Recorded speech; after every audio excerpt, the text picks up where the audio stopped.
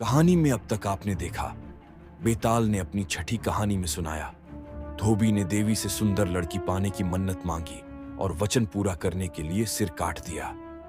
मित्र ने बदनामी के डर से और पत्नी ने अपवाद से डरकर जान देने की कोशिश की।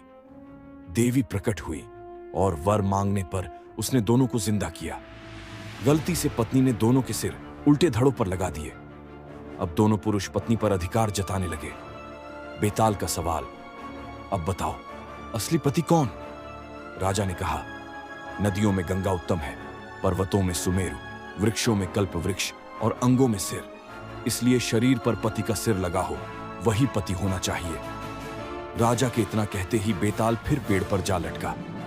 राजा लौट कर गया और उसे पकड़कर लाया। रास्ते में बेताल बोला कि राजा, मैं तुझे एक और कहानी और सुनाता हूं।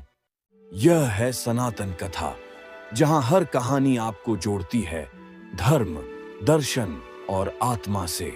विक्रम और बेताल की 7वीं कहानी, किसका पुण्य ज्यादा। मिथिलावती नाम की एक नगरी थी। उसमें गुणधिप नाम का राजा राज करता था। उसकी सेवा करने के लिए दूर देश से एक राजकुमार आया। वह बराबर कोशिश करता रहा, लेकिन राजा से उनकी भेंट न हुई। जो कुछ वह अपने साथ लाया था वह सब बराबर हो गया। एक दिन राजा शिकार खेलने चला, राजकुमार भी साथ हो लिया। चलते चलते राजा एक वन में पहुंचा। वहां उसके नौकर चाकर बिछुड़ गए। राजा के साथ अकेला वह राजकुमार रह गया। उसने राजा को रोका। राजा ने उसकी ओर देखाकर पूछा, तू इतना कमजोर क्यों हो रहा है? उसने कहा, इसमें मेरे कर्म का दोष है। मैं जिस राजा के पास रहता हूं वह हजारों लोगों को पालता है, पर उसकी निगाह मेरी ओर नहीं जाती। राजन, बातें आदमी को हल्का करती हैं। खोटे नर की प्रीति, बिना कारण हंसी, स्त्री से विवाद, असज्जन स्वामी की सेवा, गधे की सवारी और बिना संस्कृत की भाषा। और हे राजा, ये 5 चीजें आदमी के पैदा होते ही विधाता उसके भाग्य में लिख देता है। आयु, कर्म, धन, विद्या और यश।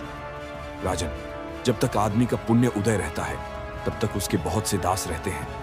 जब पुण्य घट जाता है तो भाई भी बैरी हो जाते हैं।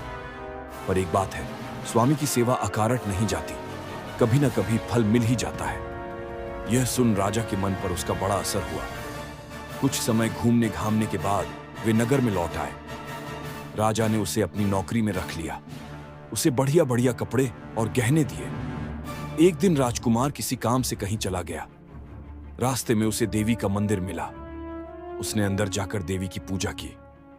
जब वह बाहर निकला तो देखता क्या है, उसके पीछे एक सुंदर स्त्री चली आ रही है।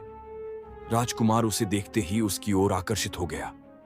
स्त्री ने कहा, पहले तुम कुंड में स्नान कराओ, फिर जो कहोगे सो करूंगी। इतना सुनकर राजकुमार कपड़े उतारकर जैसे ही कुंड में घुसा और गोता लगाया कि अपने नगर में पहुंच गया। उसने जाकर राजा को सारा हाल कह सुनाया। राजा ने कहा, यह अचरज मुझे भी दिखाओ। हमारे चैनल सनातन कथा को सब्सक्राइब करना ना भूलें। दोनों घोड़ों पर सवार होकर देवी के मंदिर पर आए। अंदर जाकर दर्शन किए और जैसे ही बाहर निकले कि वह स्त्री प्रकट हो गई।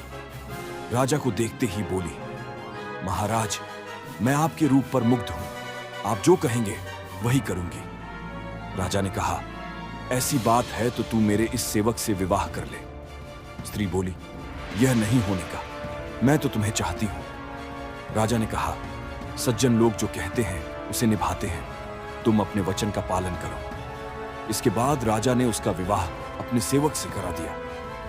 इतना कहकर बेताल बोला, हे राजन, यह बताओ कि राजा और सेवक दोनों में से किसका काम बड़ा हुआ?